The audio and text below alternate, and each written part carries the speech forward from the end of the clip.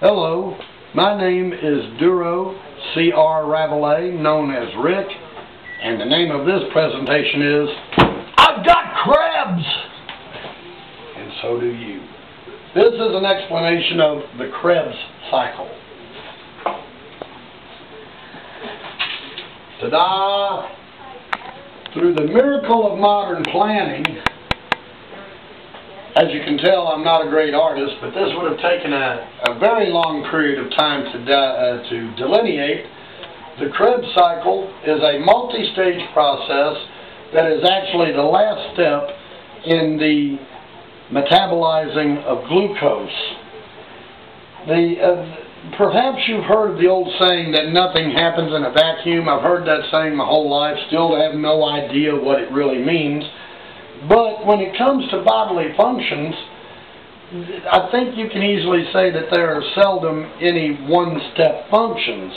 Usually, whatever function you're describing is actually a multi-tiered or multi-step process. And the metabolizing of glucose is an absolutely prime example of this. Indeed, the Krebs cycle itself is the third step in the metabolizing of glucose. The first step being glycolysis, and the second step being the oxidation of pyruvate to acetyl-CoA, which stands for acetyl coenzyme A.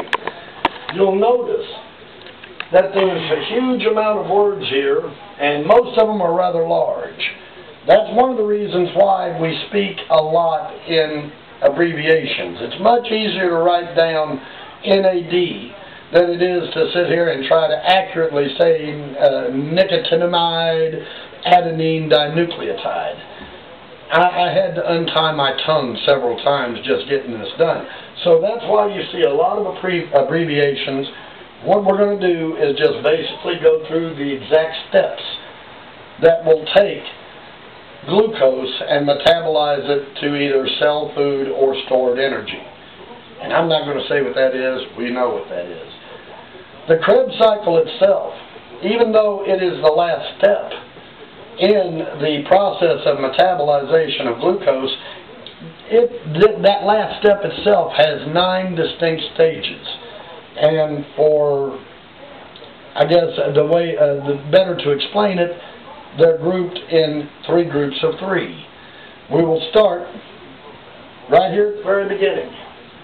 At the end of glycolysis, we have produced an enzyme that we abbreviate acetyl-CoA. This stands for acetyl coenzyme A. The first step is to take acetyl coenzyme A. This produces citrate or citric acid when combined with the enzyme citrate synthetase. Most of the time you will know an enzyme by the last 3 letters. ASC is a universal designation of enzyme. It doesn't happen all the time, because there's you an example of one that it doesn't fit. But most of enzymes will be known by their ASC. Citrate, which is also citric acid, the Krebs cycle is also known as a citric acid cycle, mainly for this step right here. This is called a 6-carbon atom. You have your hydrogenase connected here, carbon, carbon, carbon, carbon, carbon, carbon. Step number 2, this carbon molecule bonds with again an enzyme known as iconitase. In step 3, this yields another 6-carbon molecule named isocitrate. Isocitrate in step 4 is bonded with isocitrate dehydrogenase. Once again, we have another set of abbreviations right here. This is the one I just mentioned. Nicotinamide adenine dinucleotide positive. When this is reduced, it is combined with isocitrate dehydrogenase to form NADH, and it yields a carbon dioxide atom. This is a 5-carbon molecule. 1, 2, 3, 4, 5.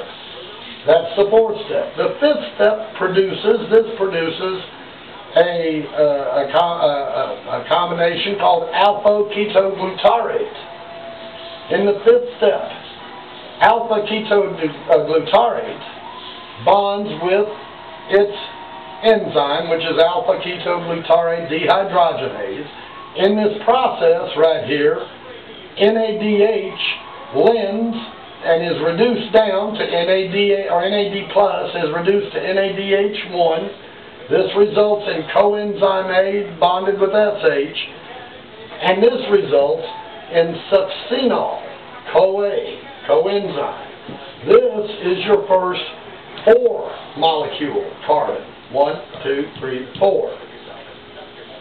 Right here we have a process where we have guanine diphosphate plus 1 phosphate molecule, which forms guanine triphosphate. This will lend itself to a process here called adenine diphosphate, which creates what we know as ATP, or adenosine triphosphate. That is, in effect, cellular food right here. This is the production of cellular food.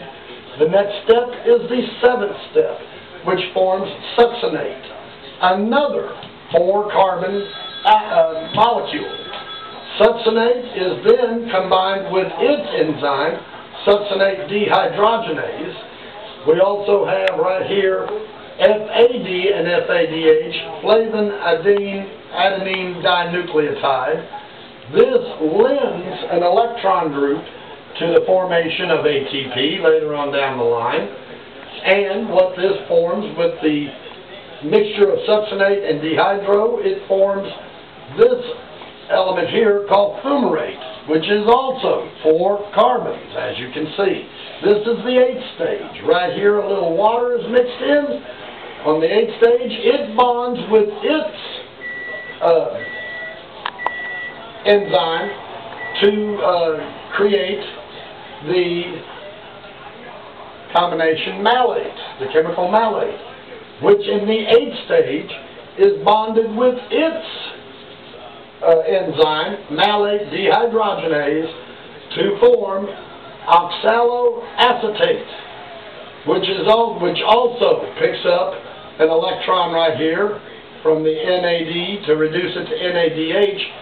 This is the finishing step right here. This is the finishing step to the Krebs cycle.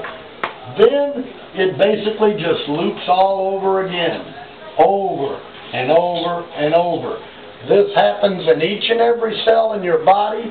If it didn't, you would redefine the phrase, "I have no energy." This is what does it for you. This is what keeps you going. And this has been Hippie Rick Revelin, trying his best to illustrate the Krebs cycle. It's also known as the citric acid cycle, also known as the dark cycle.